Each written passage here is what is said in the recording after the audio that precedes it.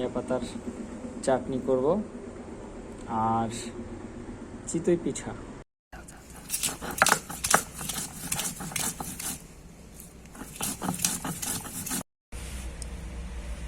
ধনিয়া পাতা বাটা কমপ্লিট। এখন হচ্ছে সরিষা, সাথে আছে কাঁচা মরিচ আর একটা সিক্রেট, সেটা হচ্ছে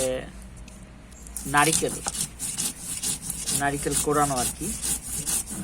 এতে নাকি সরিষার যে একটা তিতা তিতা ভাব থাকে ওটা থাকে না।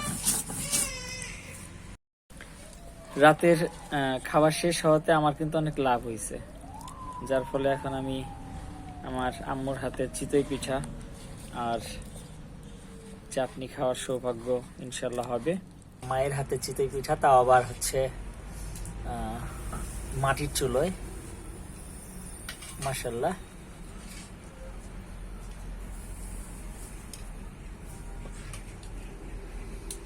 আমি আসলে ভিডিওর শুরুতেই বলছিলাম রাতের খাবার শেষ হওয়ার কারণে এই আয়োজনটা হঠাৎ।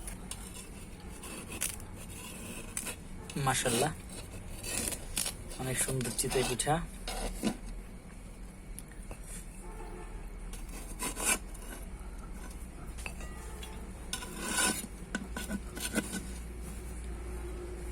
উঠতেছে অনেক সুন্দর, তাই না? চিতই পিঠা হচ্ছে যারা এগুলা বানায় তাদের কাছে অনেক টেনশন কাজ করে। চিতই পিঠা সবসময় নাকি ভালো হয় না, যখন ভালো হয় তখন অনেক ভালো, আর যখন ভালো হয় না সেটা ভালো করার জন্য যে কত কিছু করতে হয়, কত ট্রাই করতে হয়। তো ফাইনালি এখন আমাদের সব রেডি। এই হচ্ছে চাটনি কমপ্লিট, চিতই পিঠা কমপ্লিট। এখন একটা জিনিস শুধু ইনকমপ্লিট, সেটা হচ্ছে আমার ডিনার। আর মাশাল্লাহ এখন আমি এটাও করতে যাচ্ছি। তো আসলে সবসময় যেন এইভাবে খাবার শেষ হয়, তাইলে আমার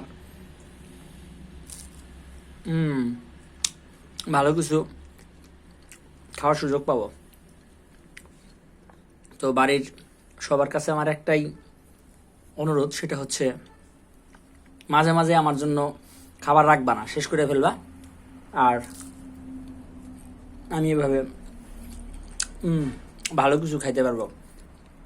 মাশাল্লাহ, অনেক সুন্দর একটা আয়োজন, অনেক শর্ট টাইমের মধ্যে হয়ে গেল।